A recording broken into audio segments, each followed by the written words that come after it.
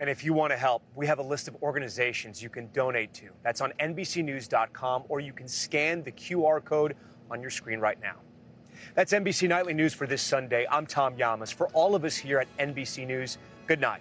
And stay right here on NBC. The NFL playoff game is coming up.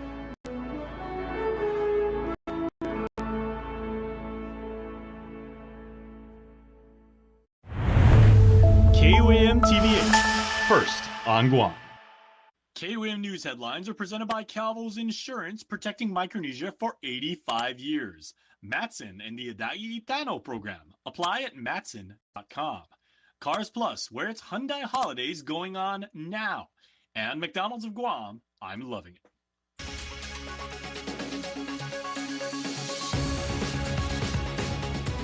Ahead on KUAM News Primetime. Dry season is upon us. I'm Jonah Charfitz, and coming up tonight on Primetime, the Forestry Chief shares with us how simplest maintenance around our homes can make a world of a difference. The Guam Waterworks Authority now has the green light to file an appeal in the land dispute case against Cortec International. KUAM speaking to GWA General Manager Miguel Bordalio on the Supreme Court decision. And the governor makes a proposal to the new legislature for the land at the old hospital site in Timoning. Hafid, good evening. Welcome to KUAM News Primetime. I'm Nick Delgado. And I'm Destiny Cruz-Lingus. Thank you so much for starting your week here with us. As wildfires rage in Los Angeles, Guam braces for its own dry season challenges. Jonah Gacharfris chats with the Department of Agriculture's Forestry Division to uncover their wildfire prevention strategies and how island residents can play a crucial role in keeping our communities safe. Wildfires continue to rage across Southern California, killing at least 16 people and prompting more evacuation orders. The Palisades fire, which has been blazing since Tuesday, has burned over 23,000 acres and is roughly 11% contained. The Eaton fire is 27% contained. The one in Hearst is 89% controlled, and the Kenneth fire is fully contained. Containment made difficult with dry season and strong winds. Here at home, Department of Agriculture Forestry Division's Chief Christine Farron says readiness is dependent on how much effort landowners put in to keep Guam safe. The simple act of doing weekend maintenance around your property can go miles. And then on the government side, government of Guam, your forestry team is we've installed fire breaks, fuel load reduction, some shaded fuel breaks on our management sites to help slow the progression of fire across the landscapes. While dry season on Guam is typically from January to June, Farron says March through May historically is the hottest time on the island. The ability for residents to be prepared lies in the simple things they can do around the house. Oftentimes, this is a very common scene. Small burn pit beside the house, the back of the house, and typically it isn't too far from vegetation. And so a good example here is one, understanding that we do have a fire danger rating for Guam, and to be informed and recognize you can go to your fire stations and take a look at that board and see where your danger is for the day and make the best informed decision if you're going to use fire in your yard or not. But then also knowing that backyard burning is illegal without a permit. What some people don't understand is that embers and ash can travel about 2 miles, depending on wind and topography. If this had been dried out and the peak of dry season, and that fire had thrown its embers and debris into this, especially if it's swordgrass, this would have caught fire immediately. Clear up any debris that you have between your property and any potential wildland. In other words, create a buffer or plant a solid native tree. By doing so, you reduce the amount of weeds underneath, reducing maintenance. She also shares a preferred example of readiness. This is a typical, easy put together fence that you might see around some residences or maybe some farmlands or around properties. And the beautiful thing about this is there's maintenance on this fence line. So the grass is cut short, the access road is provided for, get this, if firefighters can get in there, we can help defend and protect your properties and your lives. So good maintenance and good access are key to your continued protection during dry season. Jonagan Charfris, KUAM News. A lot of important reminders and advice there for us to consider this dry season. Thanks, Joan, for that report. Meantime, in the ongoing battle over who owns the land that houses the Northern District wastewater treatment plant between the Guam Water Works Authority and Cortec International, the Supreme Court has granted GWA permission to file an appeal in the land dispute case. This following the Superior Court of Guam's orders that favored Cortec. KUAM speaking with the GWA General Manager Miguel Bordalio on what this means moving forward. Did the Superior Court err in finding Cortec holds title to the plant property as a matter of law? It's this narrow issue presented by the Guam Water Works Authority that led the Supreme Court to grant GWA's request to file an appeal in the land dispute case between Cortec International. As KUAM previously reported, the controversy revolves around ownership of the property where the Northern District wastewater treatment plant sits. GWA General Manager Miguel Bordalio telling KUAM he's pleased with the Supreme Court's decision. The Supreme Court has acknowledged that the issue is important enough and urgent enough that they granted us permission to file this interlocutory appeal. We're pleased about that. We think it supports the position of the governor and the legislature, which filed amicus briefs. More specifically, the court finding that GWA's amended petition raises a question of law that could materially advance the termination of the litigation or clarify further proceedings. In its order, the Supreme Court also noting that resolving the issue could encourage both parties to negotiate remaining claims, potentially saving significant time and resources for all involved. According to GWA, Cortec is seeking $220 million in damages and future rent payments, a cost that could ultimately fall on GWA ratepayers. I can't say that that's a firm number that anyone has approved. It still needs to be vetted in the court, the lower court, if the trial continues. But at this point, if that were based on those amounts, it would cost every ratepayer about $5,000 out of their own pocket. And despite the Superior Court of Guam's order in favor of Cortec, Bordalio remains steadfast in his position that Cortec does not own the land. He also emphasized the far-reaching implications if Cortec is deemed the property's rightful owner. It would put at risk our ability to move forward with our program of capital improvements. It would affect our relationship with our bondholders, and it would also affect our ongoing commitment to the military for the millions of dollars in grant funds that they have given to upgrade that plant. KUAM reached out to Cortec for comment. No word yet on when parties will be back in court. Any plans being made to build at the hospital at Ipoh Point in Tamuning could be off the table if the governor gets her way. This after the Magahaga proposed legislation to return Ipoh Point property to the Perez family. It's also known as the old Guam Memorial Hospital site. Governor Luvian Guerrero pushing now to return the property after securing land in Manilao for a new medical complex. The selection in Manilao has led to lawsuits against GovGuam and landowners' properties potentially being taken through eminent domain. Meantime, Adelup noting this proposed legislation will have no impact on the Cultural Center and Naftan properties that remain with the government via the Chamorro Land Trust Commission. While she calls on the Guam legislators to support this measure, Senator Chris Barnett has publicly mentioned his intention to secure the Tamuning site for a new hospital. Meantime, Health Oversight Chair Senator Sabrina Salas-Matanani tells KUAM she needs time to review the governor's bill and consult with the Perez family, stating, "While I recognize the urgency of addressing the island's healthcare challenges, decisions of this magnitude require careful consideration, not haste." It's Inauguration Day for the House and the Senate in the CNMI. But ahead of the ceremonies, Governor Arnold Palacios signed a handful of bills into law. This includes Public Law 24 to impose an additional 1% tax on the yearly gross revenue of construction activities in excess of $350,000.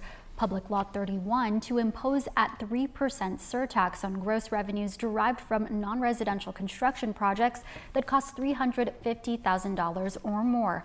And Public Law 32 to regulate a fork or B-switch under the Pure Food and Drug Control Act and for other purposes. Also signed is Public Law 33 to allow the Healthcare Professions Licensing Board to promulgate regulations for the licensing physician's license to practice in a foreign country and for other purposes, and Public Law 34 to amend the provisions pertaining to village and agricultural homesteads in Rota, Tinian, and Saipan, and to specifically prohibit the Department of Public Lands from revoking a village or agricultural homestead permit after it is approved and issued because the applicant met all the requirements.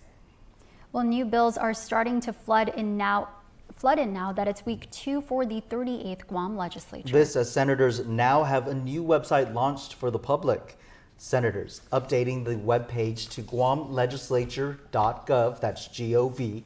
The public can find contact information as well as an updated list of bills and resolutions. Lawmakers already introducing nearly a dozen of measures, Senator Will Parkinson being among them, proposing a 3-month extension of the energy credit program, while Senator Josen Augustine released several bills to start the new term. Senators are also requesting oversight hearings like Senator Telo Taitagui and freshman lawmaker Senator Shangu Matauto, who's pushing for an inquiry into Guam Homeland Security, Office of Civil Defense over allegations of excessive use of public funds. Well, challenges in monitoring and oversight of more than 1,500 nonprofit organizations. The Office of Public Accountability releasing its results of the audit for the Department of Revenue and Taxation. The audit found Reventax lacked enforcement for tracking nonprofit annual reports. Auditors noting the agency has manpower challenges and missing required documents on file. Auditors recommended Reventax prioritize recruitment efforts and implement a structured approach to auditing, supporting by standardized procedures and clear oversight systems. You can view the full audit on KUAM.com. There's about a week before President Donald Trump's inauguration, with eyes turning to his cabinet picks and the Senate confirmation battles that are ahead. CBS's Christian Benavides reports. With 8 days to go until Inauguration Day, 13 of President-elect Donald Trump's cabinet picks will face questioning on Capitol Hill this week, starting on Tuesday. Among them, his embattled Defense Secretary pick, Pete Hegseth. Republican John Barrasso is the new Senate Majority Whip. He is very qualified, in my opinion. He has a distinguished record of service in the military. Every senator gets to speak for themselves, and they will do that. Also taking questions this week, Trump's Attorney General pick, Pam Bondi, who is set to testify in front of the Senate Judiciary Committee. They are not letting every legal vote count. Bondi was part of Trump's legal team back in 2020 and spread disproven theories about election fraud. She'll have an opportunity to answer this in front of the American people, but the answer she has given me, most definitely she is not only qualified, but she's ready to move forward in a way that the American people deserve. Meantime, Vice President-elect J.D. Vance on Fox News was asked about Trump's recent comments. No, I can't assure you on either of those two. In which he did not rule out the possibility of military force for the U.S. to take control of Greenland, something the president-elect has been vocal about. Look, we don't have to use military force, Shannon. The thing that people always ignore is we already have troops in Greenland. Greenland is really important for America strategically. The president-elect is also planning a flurry of executive orders on the economy and the border once he takes office. Christian Benavides, CBS News. We've got more news in a moment. You're watching KUAM.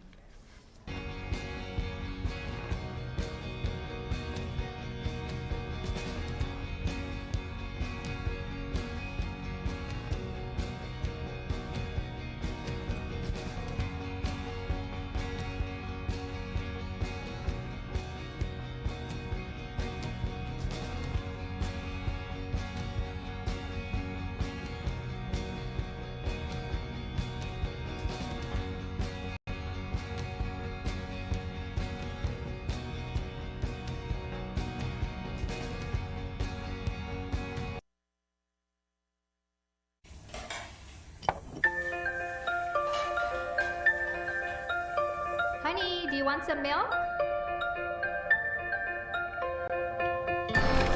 Do you ever wonder how your favorite products make their way into your local stores?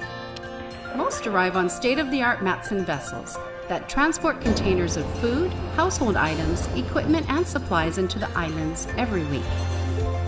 Because we know that you depend on us, we work closely with our partners to ensure that our shipments arrive on time, all the time, so you can find your favorite products when you need them.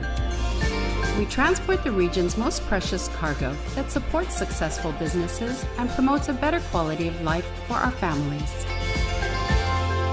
Matson is proud to have been the hometown shipping carrier for Guam, the CNMI, and Micronesia for the past 25 years, and you can count on us to be here for for generations to come.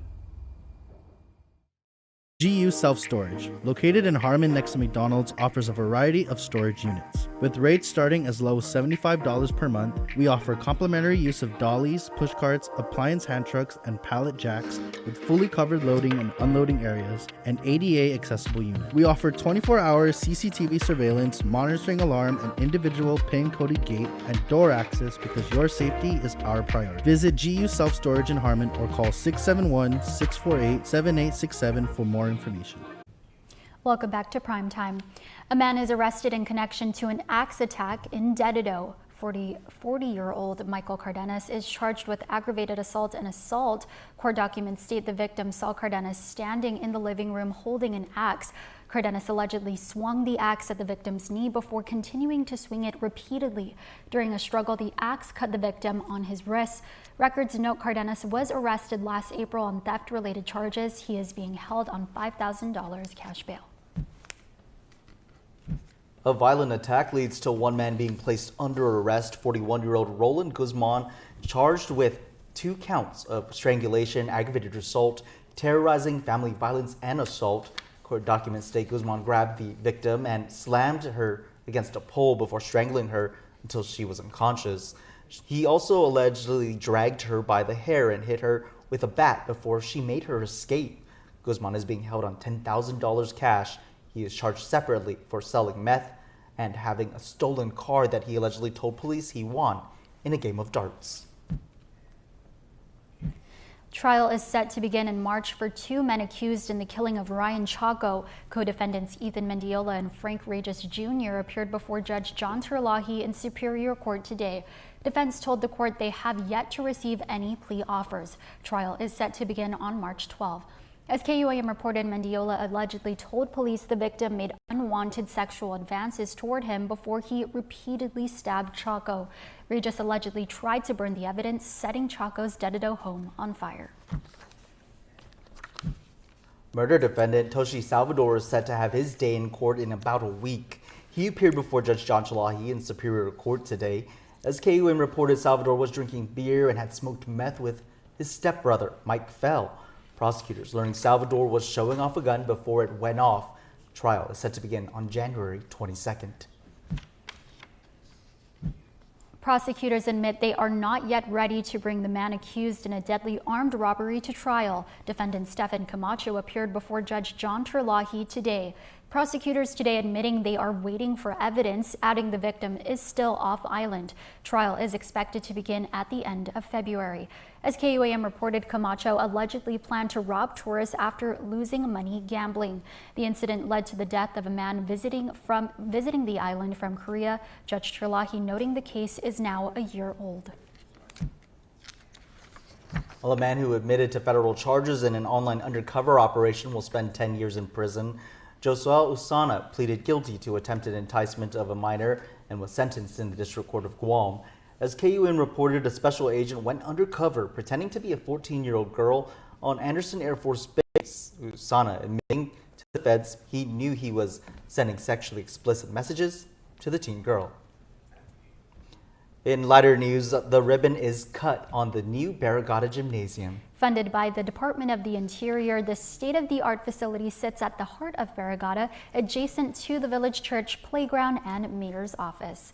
The ribbon-cutting ceremony turned into a joyous celebration for the Barrigada Crusaders as the village's beloved teams quickly took to the court to showcase their skills. A slam dunk. Yeah! The $1.2 million open-air gymnasium was constructed by Mega United. Late last year, new gyms were unveiled in Malasu and Dedido. In the coming weeks, ribbon cuttings for a new gym in Mangilao and a renovated Tumuning gym will take place. Swish, swish. Whoa, whoa.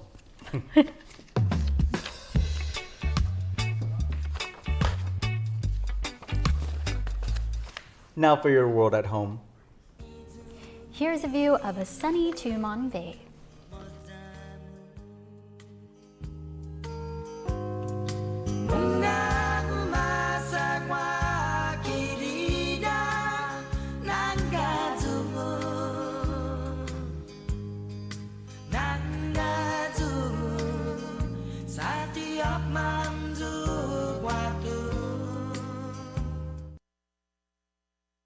Superspeed your life with Docomo Pacific Fiber Internet. Get symmetrical upload and download speeds up to 5 gigs. Get started with Fiber 500 at $145 a month, Fiber 1 gig at $215 a month, or Fiber 5 gig at $299 a month. Plus, get 2 SuperPod 6Es with any plan, and a free EcoFlow River 3 and bonus welcome kit with 1 gig and 5 gig plans. Experience tomorrow's islands today with Docomo Pacific Fiber Internet. In here, you can expect to find crystal clear audio, expansive display space, endless entertainment, and more comfort for everyone. But even with all that, we still left room for all the unpredictability, spontaneity, and unexpected things you'll find out here. The new 2024 Grand Cherokee lineup. Jeep, there's only one. Let your people know. When it comes to the pickle to chicken ratio, some people, they playing in your face, but not the McCrispy.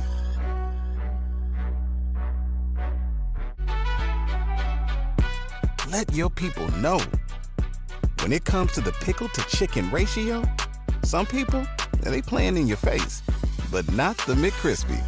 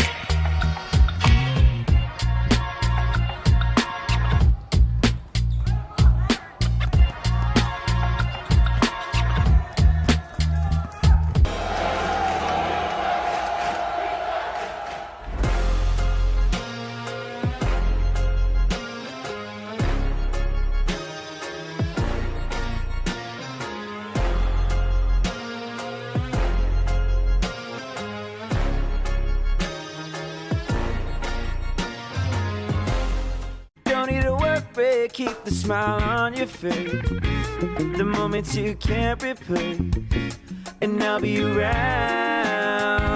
Whoa, you can count on me.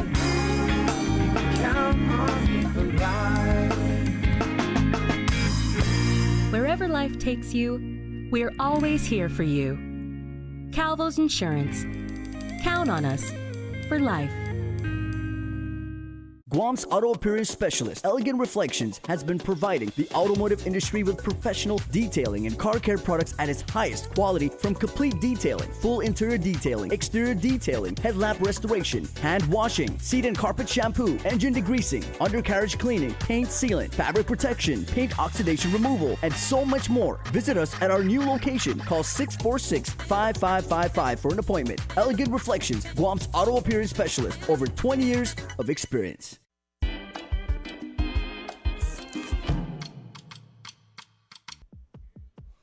All right, everybody, you know story time, that thing we're so crazy about on TikTok? It used to be a thing like in real life, and you know what? Several organizations are bringing it back because the District 204, Lions International, UOG, the Alumni Association, and the Guam Public Library are holding a pre-Valentine's story time on February 1st at 10 a.m.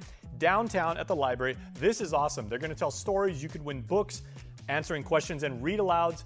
Really, really awesome. Make sure to go there. All right, so from lions roaring to woof woof, our friends over at Ukudu, the Bulldogs, they are having their class of 2025 Bulldog Bash. It's a 2K, 5K on the 19th. It's at Chamorro Village, so it's a speed course. And hey, you know those Bulldogs, man. Cross country, Coach Sherwin Payette, those guys know how to run, and they're going to take care of you, so make sure to get out and get fit. And volunteers are needed for the point-in-time count. It is coming up, and you still have time, so make sure to hit up GuamHomelessCoalition.org and volunteer and be part of making sure we know how many members of our island community are without permanent places of residence. News Bites. That's how we get the week started.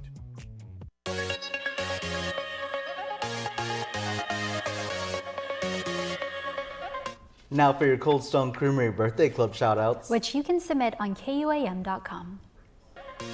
Happy birthday to Marvin Swinney. Hey, Marvin, we hope you have a fantastic day on this 13th of January. Also, Zeus Fernando Camacho, happy birthday number 4 to my boy Zeus. I miss you tremendously. Mommy loves you forever. And a KUM alumni, the very wonderful Michelle, was a fantastic reporter for us for many, many years. Covered education, super good news anchor, and a even better friend. Michelle, we hope you have an absolutely amazing birthday that's as beautiful as you are today. All right, and we'll all call you later.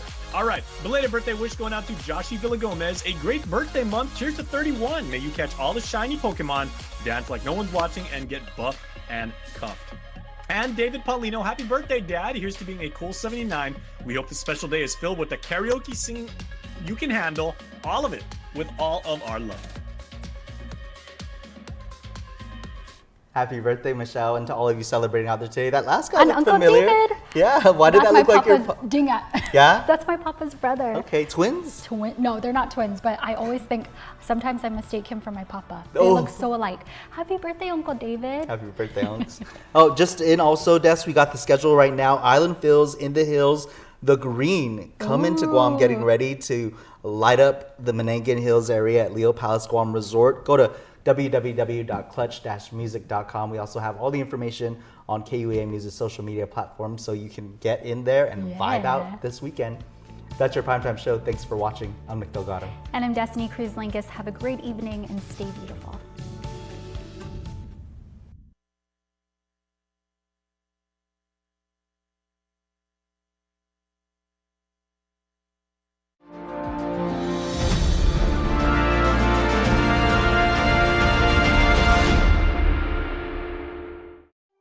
First, for where America's day begins, the Virginia-class fast attack submarine now here in the U.S. territory of Guam. I'm Nick Delgado. You're watching a KUAM News special, Guarding the Tip of the Spear. November 26, 2024, on U.S. Naval Base Guam.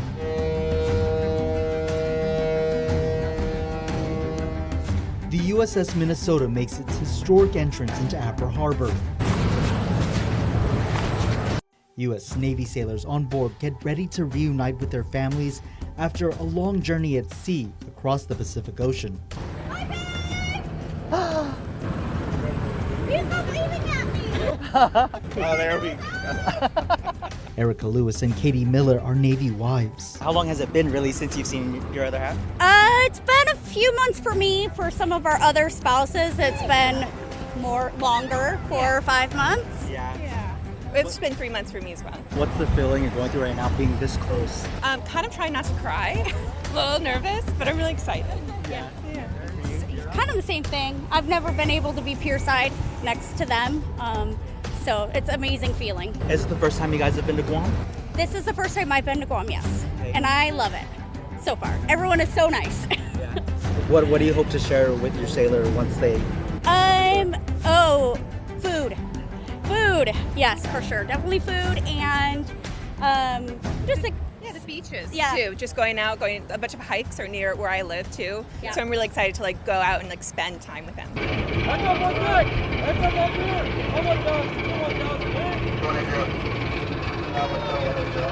An effort on land and in the water to secure the sub at the docks. Commissioned on September 2013 at Norfolk, Virginia, the USS Minnesota is the 10th Virginia-class nuclear-powered fast attack submarine to enter service.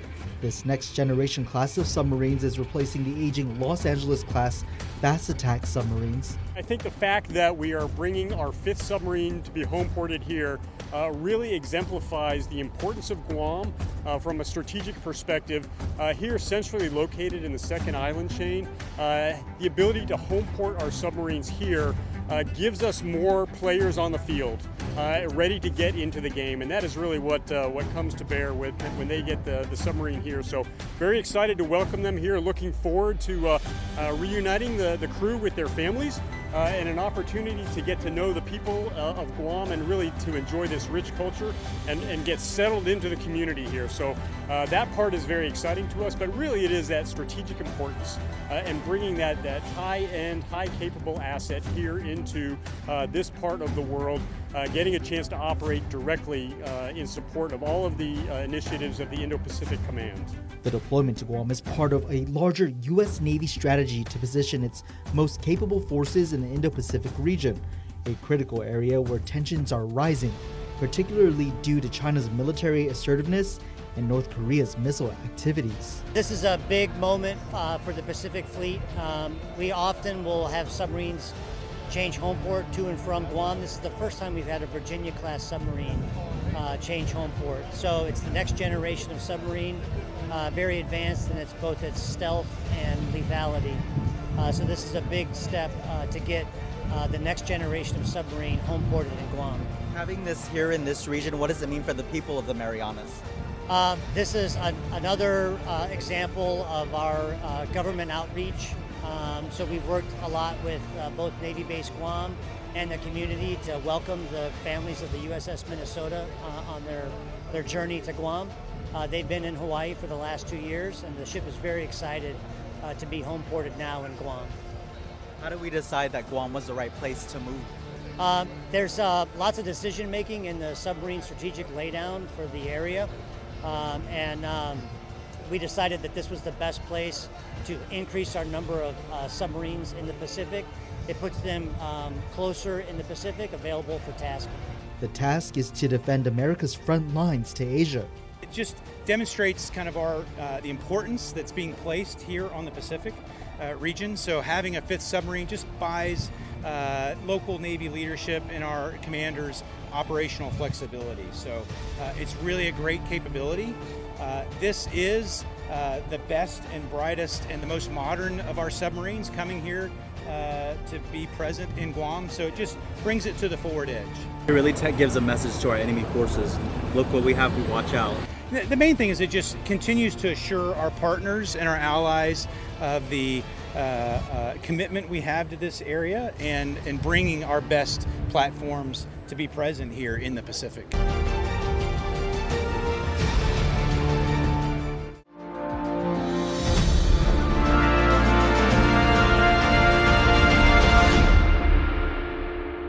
This holiday season begins at Kmart, where every aisle is filled with magic.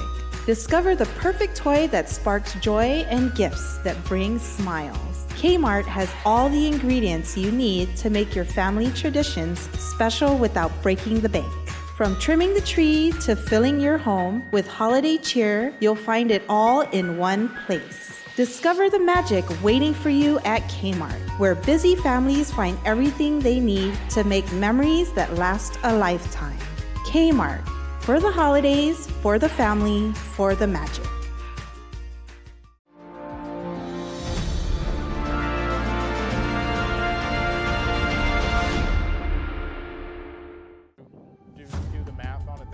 Day 2 on U.S. Naval Base Guam, Commander Isaac Pelt shares a little bit about the USS Minnesota before taking us down below. Commissioned in 2013, she's 11 years old, and now home ported in Guam under Submarine Squadron 15.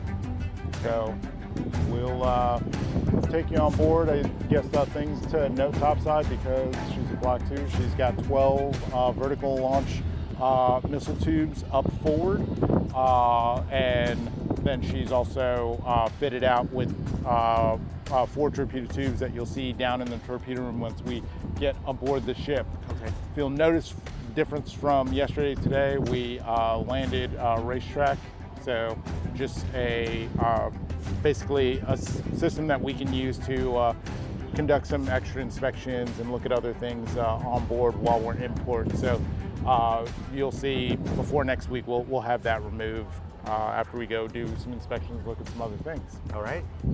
All right. Sir, the Wikipedia entry says that this is about a $4 billion business. That may be close. I can't speculate with the exact figures. I think the initial build for Virginia class submarines were somewhere in the $2 billion range. Okay. But then I think it was adjusted for inflation. Yeah, that probably sounds about right because that number that I'm remembering is from a long time ago. I see. Safe to say it's a high dollar amount. Yeah, and I think that dollar amount probably can get pulled from one of the Navy or U.S. government websites for like the official figures. A sunny and windy day up top. We'll head aboard. Hey. Section on deck. Hey, carry on.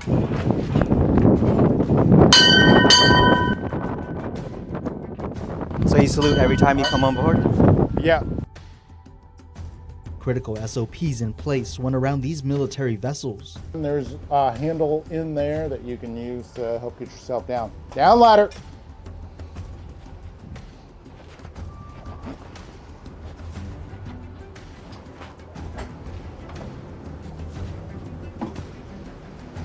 Hey, how's it going? Going good. How you been? Oh, I'm doing all right. Doing all right. We're bringing folks down for a tour. Our visit is not the normal view whenever sailors on the USS Minnesota are out at sea. What's it like working in a submarine? It's kind of hard for me to describe it because I've been doing this for 20 years. So this is just second work. nature. This is work for me. But you know, it's definitely a different a different world, especially when you're talking about life while you're at sea compared to life when you're in port. So what you're going to see today is actually going to be a little bit strange even for us in port because since we just got here yesterday, we have a large number of people who are off hull, like working on their, working on getting settled in, making sure that, hey, where they're staying right now is like good to go and things like that. So there's a large number of people off of the ship working on that, and then we do have some folks here and there doing some maintenance, getting ahead on a few things. So we do have a few off-hull support contractors and things like that that are working around the ship. So it's not what you would typically see in a normal import day, but yes, import periods are very different compared to at sea and underway periods. Security measures are also taken into account during our visit. So right now we're in forward compartment upper level. This is probably the best example. I don't need you to actually take photos in that, but best example of berthing for general, anywhere from enlisted to junior officers can end up with staterooms or accommodations that look like this. They're, depending on which one you're looking at, they're either 5 or 6 to a bunk room. We do have some other bunk rooms that are a lot more personnel and, a little bit tighter. and it's different from most of the officer staterooms, but this is like a typical berthing area. Next, we see the lockout trunk. Be able to lock out various special forces personnel, as well as we can use this also for escape. So this is kind of unique to the construction of the Virginia-class submarines and gives us more capabilities as far as what we can or cannot do. Other submarines can, of course, support doing certain activities as well, but because we're built with this, we're all designed to support. Yeah, I can see how you guys can go out while you're below and underway. And flood this thing Yeah. out. Yep. Okay.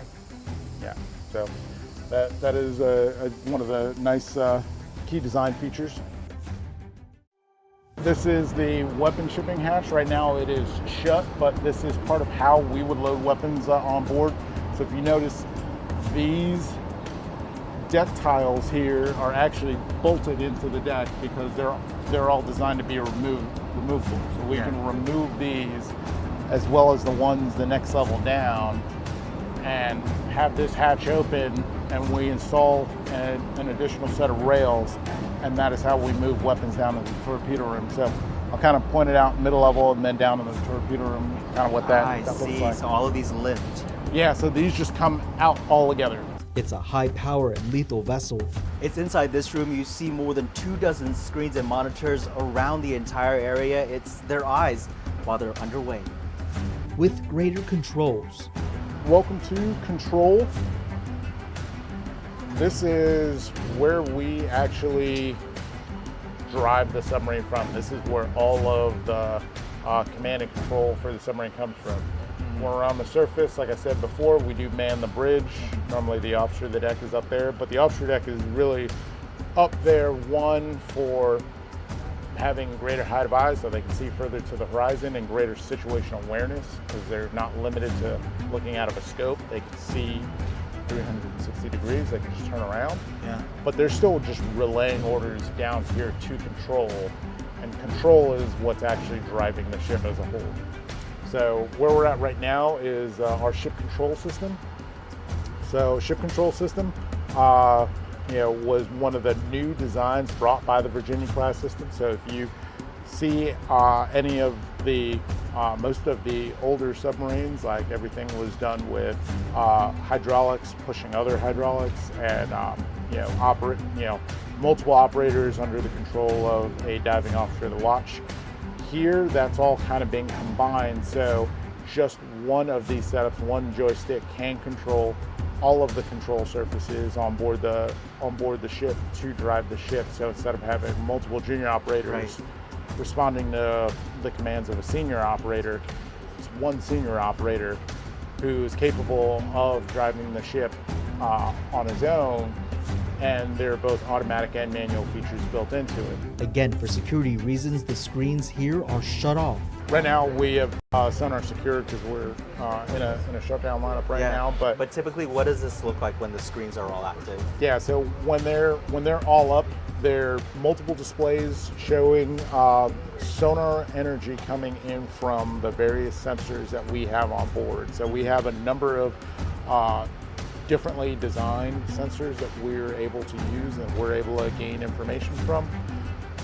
So a lot of times we refer to sonar as the truth, because that is actually like listening to what's actually out there in the world, and as we find things of interest, the information from there gets passed over. We feel what it's like to get behind the controls.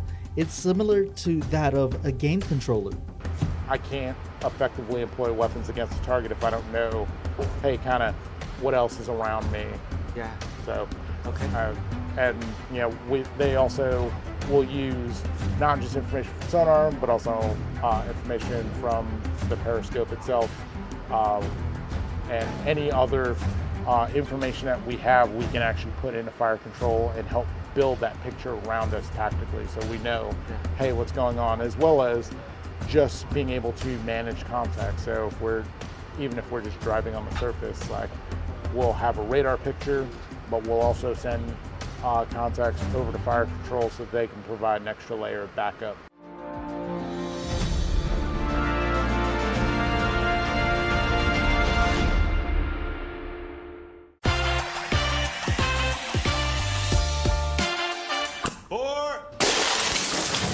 Levante.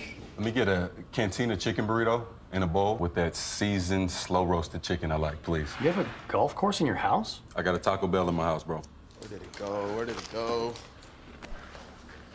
Oh, there it is. Cheaters don't get chicken. Huh? Cheaters get no chicken. I won't give him any.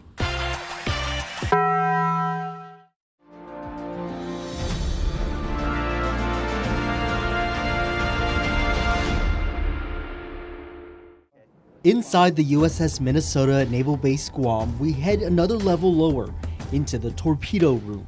You'll notice, as I said before, because of the size of the weapons, it's very specific how we bring them down. So we have to do a lot of reconfiguring of the middle of the ship, but we do remove multiple deck plates. We install a deck skid up topside, and that helps line the weapon up and line the weapon up to slide into one of these cradles. And then we bring the cradle itself down into the room. And then once the cradle is down in the room, we can index these cradles around to where we need them to go. So, that being said, if I were to offload all of these weapons, this actually becomes a very open area, like really the largest just open area on board the submarine, which is different than the way a lot of the older submarines are constructed, where the stows are like hard mounted in place, and you bring the weapons down and then move the weapons down across the stows. Instead, we just move the cradles around with the weapons in them. So these are Mark 48 ad-cap torpedoes. They're heavyweight torpedoes, so they're designed capable of being effective. The military plans to bring more of these Virginia-class fast attack submarines to Guam. Because they're incredible pieces of machinery, there are maintenance requirements that are done on the weapons as well. So over time we do cycle those out. Could you put into perspective for us what kind of damage one of these could cause? So I'm fairly certain you can find some YouTube videos that'll show results of Mark 48 exercises, but they're sink X's that we've done with very old ships that will be sunk in order to start reefs. One can actually break up fairly large surface ships. Okay. Against a submarine, like one of these, like pretty much one into one. Just one. Wow. Just one. So very, very capable weapons. And that is one of the reasons why we carry them. Since you've been in a commander, have you had to deploy any of these, or just for training?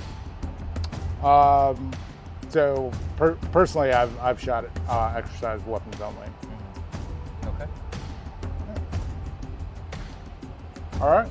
So we'll talk about torpedo tubes themselves. So we have 4 tubes on board. These are tubes 2 and 4, tubes 1 and 3 over there. So these tubes we actually line the weapons up, the cradle up with the tubes that we can hydraulically load the weapon into the tube, and then basically using air can then cycle the weapon to fire the hydraulically launch the weapon from the tube. So is it pretty instant to get this into there? I wouldn't say instant. Right. It does take some time, and it does take a trained and professional crew, because if you think about it, there are certain things that need to happen at that end of the torpedo room. There are things that need to happen at this end of the torpedo room. Mm-hmm. There's stuff that needs to happen over here on the control panel, and they all have to be in sync. Yeah. So if your team is not trained up and proficient, it will take a very long time to get one of these in here. But a trained and proficient team can actually execute pretty quickly. How often do you guys run through those training scenarios just to keep them sharp? So depends on what else you have going on, but that is something that you will spend a decent amount of time every underway working on. There are some requirements depending on what you're doing and what you're loading weapons for that we do work around, but that is something that, you know, you have to drill your teams with like pretty frequently in order to not lose that edge, especially because people will turn over, you know, people who may start off operating back there, like eventually they're gonna work their way up to, you know, operating on the panel or being overall in charge of the room. Yeah. And depending on like how many you're moving, you may have a team that's working over here and another team that's working over there. So overall team, the overall supervisor for the room has to communicate with both. And if we're fighting in an engagement, like we can shoot the tubes from down here, but the tubes are normally shot from control. So the team in control who's, you know, positioning the ship to where it needs to be in order to, you know, shoot when they need to shoot, they need to understand what's happening down here. So as the overall room supervisor down here, you're responsible for making sure, hey, both sides of the room are operating in concert safely, and then communicating up to control, letting them know, hey, how long until they're going to get the next tube ready. A lot of moving parts for a critical mission out at sea. And these are the torpedoes. It's armed and ready to respond whenever they hit combat enemy forces. But there's so much more that goes into making this submarine livable. The most vital piece of equipment in the room is actually directly behind me. So this is our diesel generator. So it is the emergency diesel generator. So we're obviously nuclear powered, so that is what provides, you know, electrical power as well as propulsion, and we also can make water and air based on that. But the diesel is the backup in case we did need to shut down the reactor for whatever reason, and we can also use it as a means to drive ventilation for the submarine. And it's comfortable, you can breathe easily. Yeah, so right now it's very easy because we're just doing a normal surface ventilating, so we're just pulling air from outside and cycling it through the ship. That way I don't have to keep the run hours on this high. I can just start this up before we get underway and then like shut it down once we get back into port. But these are very reliable, very efficient pieces of equipment. So this is what we use to generate oxygen. Up here we have our scrubbers, and these are what we use to remove carbon dioxide from the atmosphere. And with most military vessels, there's a medical area and a dining area. It's like a mini town underwater. They come in and get an opportunity to eat and then leave. So it's a fairly efficient process that we have to go through 3 times a day as the watches turn over. But outside of meals, this is also a place where we do training for large groups. We also use this for larger meetings. And then when all that stuff isn't going on, this is the area for the crew to just come and relax. Okay. So generally underway as you come through here, you may see people playing cards, you may see people playing video games, people may be watching movies on the large screens, that sort of thing. Taking that time to really unwind. Yes. Yeah. And then as you look around, you'll see a lot of the artwork is inspired by, you know, one of the themes, one of our biggest sponsors for the ship. So like we're USS Minnesota. Minnesota has a lot of, you know, Nordic heritage, like that's why they're the Minnesota Vikings. So like there's, you know, for our crew, like I normally refer to, you know, everybody in the crew as the Vikings. So, Okay. So yeah, you'll see a lot of artwork around the ship really reflects that. Okay. Even down to, you know, our crest and things like that.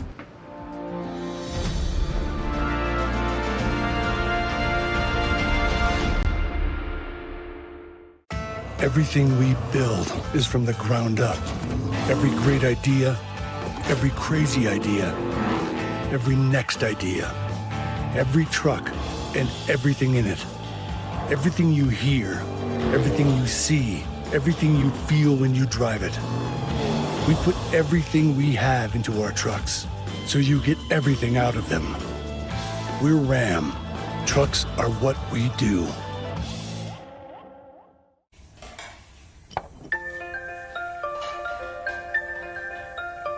Honey, do you want some milk? Do you ever wonder how your favorite products make their way into your local stores? Most arrive on state-of-the-art Matson vessels, that transport containers of food, household items, equipment, and supplies into the islands every week. Because we know that you depend on us, we work closely with our partners to ensure that our shipments arrive on time, all the time, so you can find your favorite products when you need them. We transport the region's most precious cargo that supports successful businesses and promotes a better quality of life for our families. Matson is proud to have been the hometown shipping carrier for Guam, the CNMI, and Micronesia for the past 25 years, and you can count on us to be here for generations to come. This holiday season begins at Kmart, where every aisle is filled with magic. Discover the perfect toy that sparks joy and gifts that bring smiles. Kmart has all the ingredients you need to make your family traditions special without breaking the bank. From trimming the tree to filling your home with holiday cheer, you'll find it all in one place. Discover the magic waiting for you at Kmart, where busy families find everything they need to make memories that last a lifetime. Kmart, for the holidays, for the family, for the magic.